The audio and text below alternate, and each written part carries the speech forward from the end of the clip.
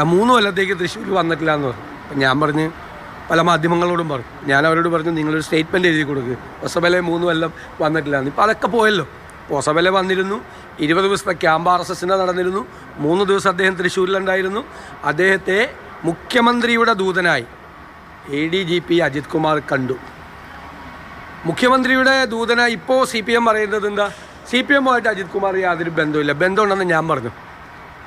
CPM-ആയിട്ട് ബന്ധമുണ്ടെന്ന് ഞാൻ പറഞ്ഞു അജിത് കുമാർ മുഖ്യമന്ത്രി, ആഭ്യന്തര വകുപ്പിൻ്റെ ചുമതലയുള്ള മുഖ്യമന്ത്രി പിണറായി വിജയൻ അദ്ദേഹം ഒരു ദൂതുമായി വിട്ടതാണ്. അദ്ദേഹത്തിന് നേരത്തെ തന്നെ പോലീസ് ഉദ്യോഗസ്ഥന്മാരെ ഇത്തരം കാര്യങ്ങൾക്ക്, കേന്ദ്ര ഏജൻസികളുടെ കേസ് അന്വേഷണം അവസാനിപ്പിക്കുന്നതിന് വേണ്ടിയിട്ടും കേന്ദ്രത്തെ സ്വാധീനിക്കുന്നതിന് വേണ്ടിയിട്ടും ഇതിനു മുമ്പും അദ്ദേഹം പോലീസ് ഉദ്യോഗസ്ഥന്മാരെ ഉപയോഗിച്ചിട്ടുണ്ട്. ശ്രീ ലോകനാഥ് ബെഹ്റ DGP ആയിരുന്ന സമയത്ത് അദ്ദേഹത്തിന് ഡൽഹിയിലുള്ള ചില ബന്ധങ്ങൾ, കേന്ദ്ര സർക്കാരിലുള്ള ചില ബന്ധങ്ങൾ, അത് ശ്രീ പിണറായി വിജയൻ പ്രയോജനപ്പെടുത്തിയിട്ടുണ്ട്. ഇതാർക്കാണ് അറിയാത്തത്?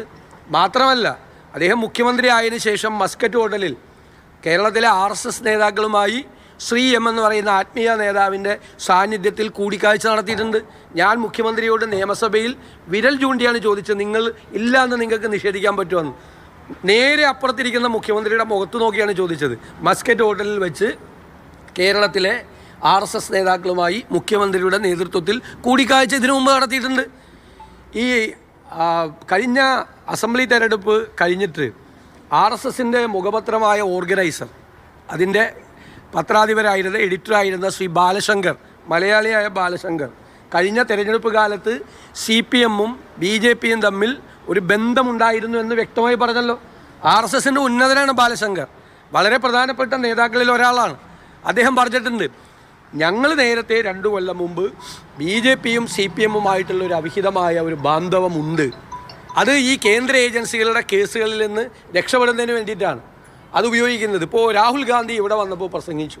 അദ്ദേഹം പറഞ്ഞു, പല മുഖ്യമന്ത്രിമാരെയും കേന്ദ്ര ഏജൻസികൾ അന്വേഷണം നടത്തി അവരെ അറസ്റ്റ് ചെയ്യുകയും അവർക്കെതിരായി നടപടികൾ സ്വീകരിക്കുകയും ചെയ്യുന്നുണ്ട്. ഇവിടെ കേസുകളുണ്ടെങ്കിലും കേന്ദ്ര ഏജൻസികൾ പ്രത്യേകമായ ഒരു പ്രിവിലേജാണ് പിണറായി വിജയന് കൊടുത്തിരിക്കുന്നതെന്ന് പറഞ്ഞു. ഞങ്ങൾ പൊളിറ്റിക്കലായിട്ട് പറഞ്ഞാണ്, ഞങ്ങൾ അറിഞ്ഞുകൊണ്ട് തന്നെയാണ് രാഹുൽ ഗാന്ധി അങ്ങനെ പ്രസംഗിച്ചത്. അതിനു പകരം ഒരു LDF MLA കൊണ്ട് രാഹുൽ ഗാന്ധിയുടെ DNA പരിശോധിക്കണമെന്നും കൊടുത്താൽ അപ്പം മറുപടി കിട്ടുമെന്നൊക്കെ പറഞ്ഞ് രാഹുൽ ഗാന്ധിയെ അധിക്ഷേപിക്കുകയും അപമാനിക്കുകയും ചെയ്ത ആളാണ് പിണറായി വിജയൻ. ഇപ്പോൾ രാഹുൽ ഗാന്ധി പറഞ്ഞത് കറക്റ്റല്ലേ? ഒരു പ്രത്യേക പ്രിവിലേജ് കേന്ദ്ര ഏജൻസികൾ മുഖ്യമന്ത്രി പിണറായി വിജയന് കൊടുക്കുന്നുണ്ട്. ഈ ഒരു ബാന്ധവം, ഈ ഒരു ബന്ധമാണ് പിന്നെ പൂരം കലക്കലിലേക്ക് പോയത്. BJP-യെ തൃശ്ശൂരിൽ ജയിപ്പിക്കുന്നതിന് വേണ്ടി നടത്തിയ ഗൂഢാലോചനയുടെ ഭാഗമാണ് പൂരം കലക്കൽ. അതിനാരും മറുപടി പറയുന്നില്ലല്ലോ. എന്തായിരുന്നു അന്നത്തെ ഗവൺമെൻറ്റിൻ്റെ ഭാഗത്തു നിന്നും CPM-ൻ്റെ ഭാഗത്തു നിന്നുള്ള പ്രതിരോധം എന്തായിരുന്നു? അതൊരു ഉദ്യോഗസ്ഥൻ അല്ലേ, അഴിഞ്ഞാടിയതാണ്, അയാൾ അലങ്കോലപ്പെടുത്തിയതാണ്, അയാൾ അവിടെ നിന്നും മാറ്റി. അയാൾ ഈ അലങ്കോലം മുഴുവൻ ഉണ്ടാക്കുമ്പോൾ ആ തൃശ്ശൂരിൽ ഈ ക്രമസമാധാന ചുമതലയുള്ള ADGP അവിടെ ഉണ്ടല്ലോ. അപ്പോൾ ഇടപെടൂലേ? സാധാരണ തൃശ്ശൂർ പൂരത്തിന് ADGP ലോ ആൻഡ് ഓർഡറും IG-യും കമ്മീഷണറും എല്ലാം നിൽക്കും. അല്ല, അവിടെ നിൽക്കുന്ന ഏറ്റവും ഉന്നതനായ ഉദ്യോഗസ്ഥൻ്റെ നിർദ്ദേശങ്ങളാണ് കമ്മീഷണർ അടക്കമുള്ള താഴെ തട്ടിലുള്ള ഉദ്യോഗസ്ഥന്മാർ കേൾക്കുന്നത്. ഇത് സംബന്ധിച്ച് പൂരത്തിനെ സംബന്ധിച്ചിട്ടുള്ള പ്ലാനും മറ്റ് കാര്യങ്ങളും ചർച്ച ചെയ്തിട്ടുണ്ടല്ലോ പൂരത്തിന് മുമ്പ്. അതിലെ ADGP ഉണ്ടായിരുന്നല്ലോ. അപ്പോൾ ADGP സ്ഥലത്തുണ്ടായിരുന്ന അന്നാണ് തൃശ്ശൂരിൽ ഈ മുഴുവൻ സമയവും അദ്ദേഹം ഉള്ള സമയത്താണ് ഒരു കമ്മീഷണർ എങ്ങനെ അലങ്കോലപ്പെടുത്തുന്നത്. അപ്പോൾ കമ്മീഷണർക്ക് മീതെയുള്ള ഉദ്യോഗസ്ഥൻ അത് ചോദ്യം ചെയ്യില്ലേ? ഇതൊക്കെ യുക്തിക്ക് നിരക്കാത്ത കാര്യങ്ങളാണ്.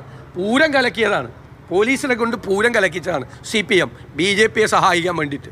ഒരു സംശയമില്ല.